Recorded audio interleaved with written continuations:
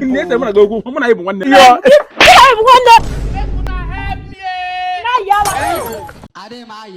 Nwanne m ka anyị likwe nri o. Aha.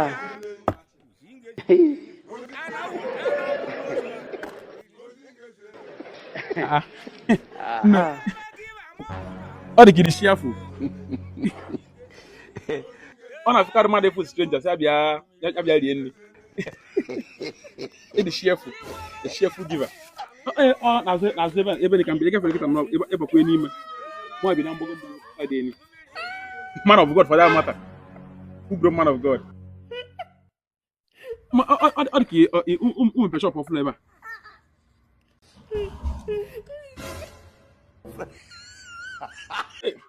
Now, if there's one vegetable, one of my best soup.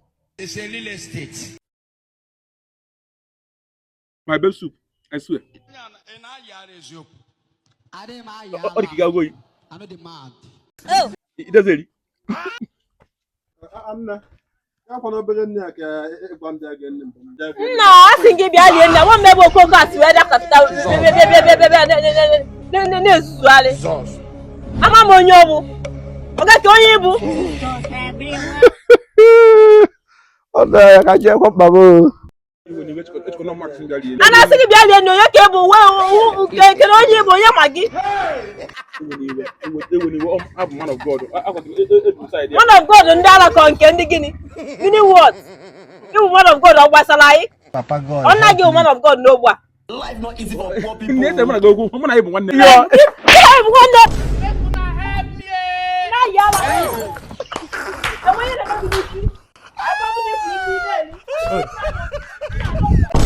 Is your brother? God forbid.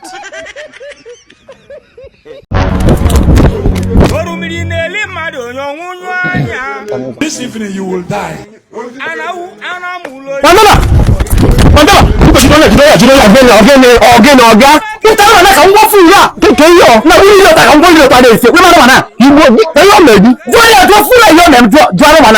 More like you didn't ya. Did you? Onwe ihe mmeri ya. Nkata ka anyị na-akpọ ebe kpagide nkata. Ị nọkwa n'onu m. Ọ na-akụkọ ịgba ọgbọ nkịta. Makam biko jide ya. Arụ adị ya. Nwanna biko omenala Igbo bụ mmadụ gbata ọsọ gbata na shop gị ma ọ gbata n'ebe ị nọ. Ọ na-go mba. Ịlapịa. Biko and mkpọtụ na-eme bifo na anyị na-azụ afọ ebe a. Ma ifo ọ pụtazie gị na-eme bi outside. Imesi pụta n'ezi biko. Because you yes ya. Pụta n'ezi. Biko. Gbalọm. Biko. More light. Na wuna na nke yo. O ka mmadụ si eme ihe n'ụwa. Onye meziri ya ka iyo. Onwe ihe mmeri ya. Nke na-ekwu na iyo. Holo. Nkata ka mụ na ebe m na kpagide nkata. Wolo ọkpọ onugbu na-akwa n'onu m ebe a. Wolo ọtọ chụọ m ọsọ. Mgbe onye ọsọ m ogbuo m. Yes, nkata ka gị na na-agba. Ona. Biko chọrọ m ijuru biko m na-achụ m ọsọ. Ihe dịka nka gị. Ọ bụrụ mmanya nye m. Ọ bụrụ mmanya biko. More light. Amakwa m. Ọ bụrụ Sprite m okoku biko ju onye m. Sprite there. Some Sprite. Yes, Sprite. More light. Kedu email onya? Ama m na radicharịa. Arụ dị onya more light. Kedu email onya? Mụ na ebe oni. Anyị na-akpa nkata. Gbagide nkata. Owulu ọkpọ gba. Nkụja. Ọkụ ya.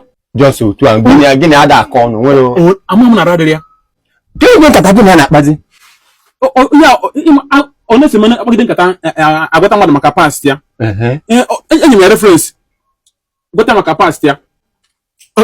Ma mgbe ozuori, o nwere mgbe ozuori. Ewu n'oge. Ihe gị na-akọgide ezikọta nke a. Ọ bụrụ ọnụ ka anyị na-akọ ihe dị ka ọnụ. Nwee gweta mgbe ozuori. Ilu gba. Ka njụ onye ọgịnị oburu onye zọtọsị chụmụ ọsọ ozugbo nje. Kemgbe mgbe nzọrọ onwe m. Ama na radị ya. Mana na bụ ihe bụ onwe ndị pasị a na-enweghị iwe. Oke onye nọkịta mmadụ gwa gị maka pasị gị onweghị iwe. Onye ọbụla nwere pasị ọrịa enwegwu m pasị. Onye mgbe nọ n'ụwa mefe Chineke kpọọ m okwu mbụrụzie man of God. Mụ na anyị kpegide nkata kịta nọ gwa gị maka mgbe anyị izu atụrụ alụsị. Mgbe agbaga ọtọ ebe last 5 years. Mgbe agbaga ọtọ kpecha gị n'ogbe niile. Onye ọbụla ma maka pasị gị n'ogbe anụnwa. Mkpọ bụ onye ochi kịta eji wute gị. Ịma na ihe ime ka ọ bụ. Bụ ọrụ gị ọ past gị. God have Onye gị iwe. ọ dị abịa na-esere gị na onye. ọ bụchara mana o yitere ya ewetago onye ochi bụ onye ochi onye ụmụ mgbe zuru ochi onye ochi ka ọ bụ ụmụ mgbe zuru ochi mkpọgoro onye ochi mee mistake ọ bụ ihe ọjọọ gbọ dị anyị izuru ochi nne ya mere m light achọbụ m ịlapụrụ gị ego mmanya kapụ inye m ego mana ihe nyezi m ego ọ maka ochi nwa n'izu ihe mere bụ ije gị enye m ebe Mọlight ije gị enye m ebe a Mọlight bịa ka ị naba Mọlight kwune ka ị naba onye aka na-ebe elu kike mezi n'ọha kwune ka ị naba onye emelu Mọlight kwune ka ị naba